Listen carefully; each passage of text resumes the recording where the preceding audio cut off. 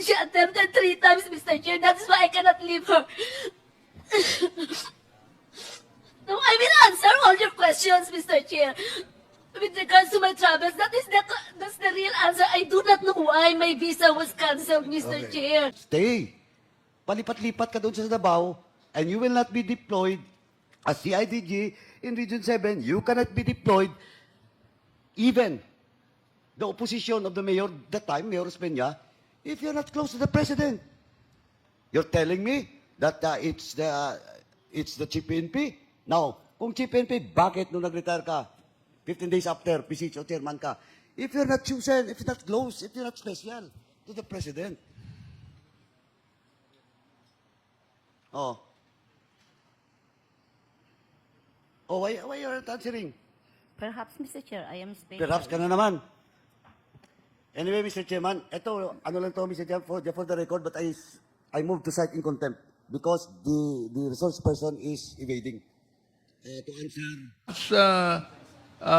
Please listen to my questions first before we act on the motion of my co-chair who is angry now. Okay. So will Congressman Abante propound questions to Colonel Garma? Mr. Chairman, I think we have a pending motion, Mr. Chairman. We just have to follow the rules first. Okay. Yes, Mr. Chair. Hearing is resumed.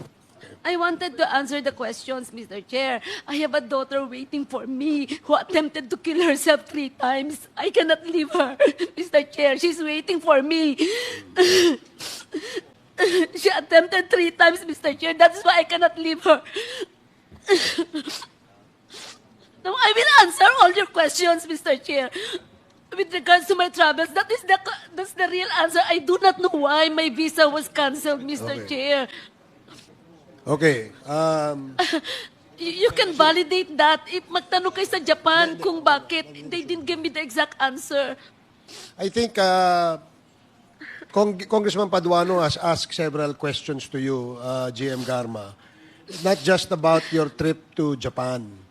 So it seems that you have not answered his questions, and you appear to be evading the questions that he is asking.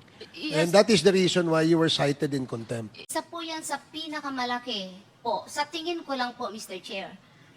Hindi Kasi- kaya Yin or Colonel Garma, ang pinakakalaking issue ninyo is because of the extrajudicial killings that happened when you were the Chief of Police of Cebu City? I don't... Could that be the reason why Mayor Thomas Mena does not like you? Because when you were assigned in Cebu City, there were many extrajudicial killings that happened. Babasahin ko po, Mr. Chair. Ayon din po kay dating Cebu City Mayor Mena, this is according to newspaper reports, na naging out of control daw po ang extrajudicial killings noong si Colonel Rina Garba na po ang umupo bilang director ng Cebu City Police Office. In fact, Mayor Thomas Mena condemned the extrajudicial killings at saka he is adamant that nangyari po itong mga extrajudicial killings nung kayo na po ang naging Chief of Police. Hindi po ba? No, Your Honor. Mr. Chair, Colonel Garma, kilala niyo ho ba itong si Yong Ho Lee? No, Your Honor. To refresh your memory, Colonel Garma, itong si Yong Ho Lee was a suspected drug lord in Cebu City. Siya po ay pinatay ng 4 unidentified gunmen sa loob ng isang motel nung kayo po ay city director. Habang kayo po ay city director. Colonel Garma, kilala niyo po ba itong si Junko Humada? Naalala niyo po ba ito?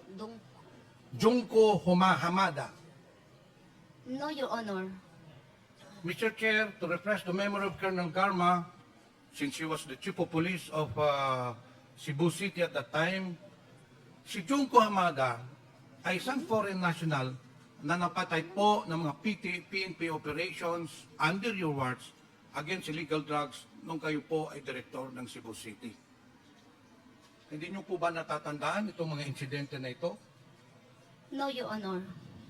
Mr. Chair, kanina po tinanong ni Congresswoman Pami Zamora, why of all the policemen na karami-rami sa buong Pilipinas, bakit po pinili ni Devolve Sinas si Colonel Garma? Meron po akong sagot dyan, Mr. Chair. And this is only my opinion, but based on the newspaper reports, based on the statements of Mayor Tommy Osmeña, lumalabas po, dumami yung extrajudicial killings nung si Colonel Ruyena Garma ay nandoon sa Cebu City. In short, kaya po pinili si Ruyena Garma ni General Devolve Sinas para gamitin po si Colonel Garma ni Devolve Sinas para sa extrajudicial killings against illegal drugs. In short, ginamit po si Colonel Garma ni Devolve Sinas para sa war against drugs. Ngayon, dito po tayo sa nangyari sa Dapicol. Kilala niyo po ba si SPO4 Arthur Narsoles? Yes, Your Honor. Paano mo niyo nakilala si SPO4 na Arthur Narsoles? Nakilala ko po sa IDG when I was assigned way back 2005. Your Hanggang Honor. kailan po? Until 2008, Your Honor. After 2008, wala na ho kayong contact ni SPO4 Arthur Narsoles? Meron, Your Honor. So kailan yung nag-contact ulit kayo? Kasi sinasabi ko lang niya 2005 to 2008. Or talagang kaibigan niyo si Arthur Narsoles and from time to time nakikita kayo, nag-uusap kayo, nagtatawagan po kayo. So in short, since the time that you met Arthur Narsoles, he has become your close friend, hindi po ba? No, Your Honor. Saan po naka-assign si SPO4 na Arthur Narsoles? CIDG 11, Your Honor. CIDG 11, under the command of then Colonel Edelberto Leonardo, hindi po ba? Yes, Your Honor. At that time, kayo po ay Chief of Police ng Santa Ana or Sasa Police Station?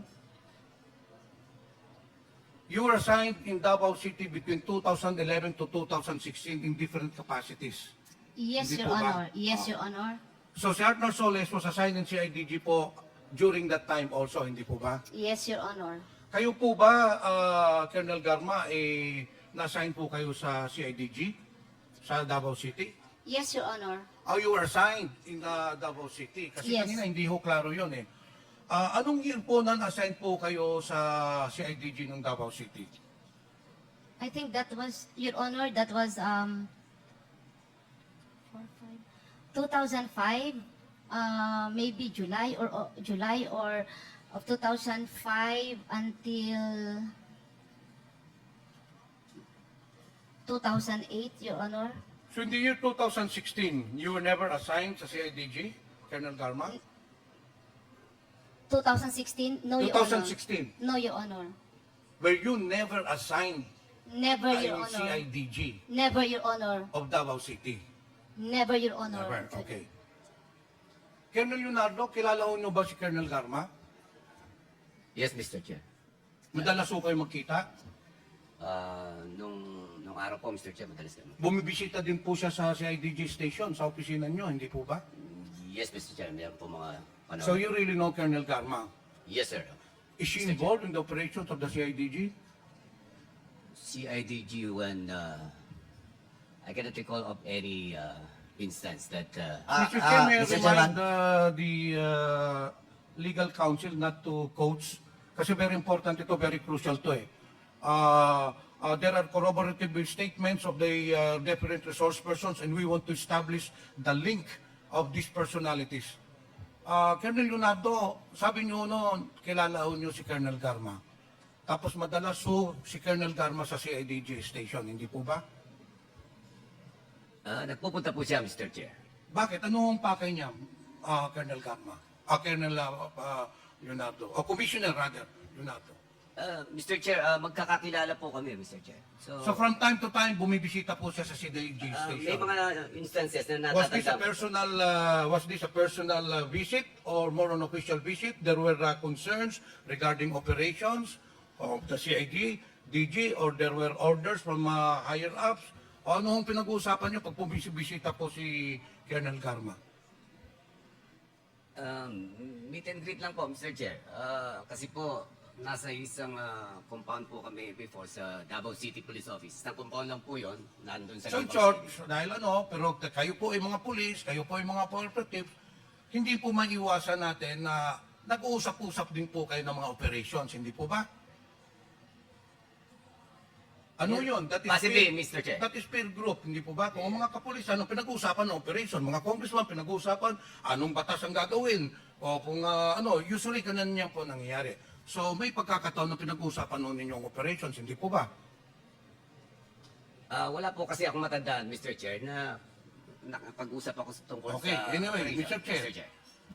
Inamin ako kanina ni Colonel Garma that there was a time in July of 2016 na pumunta siya doon sa opisina mo, nandun po kayo, nandun po din bumisita si Colonel Padilla.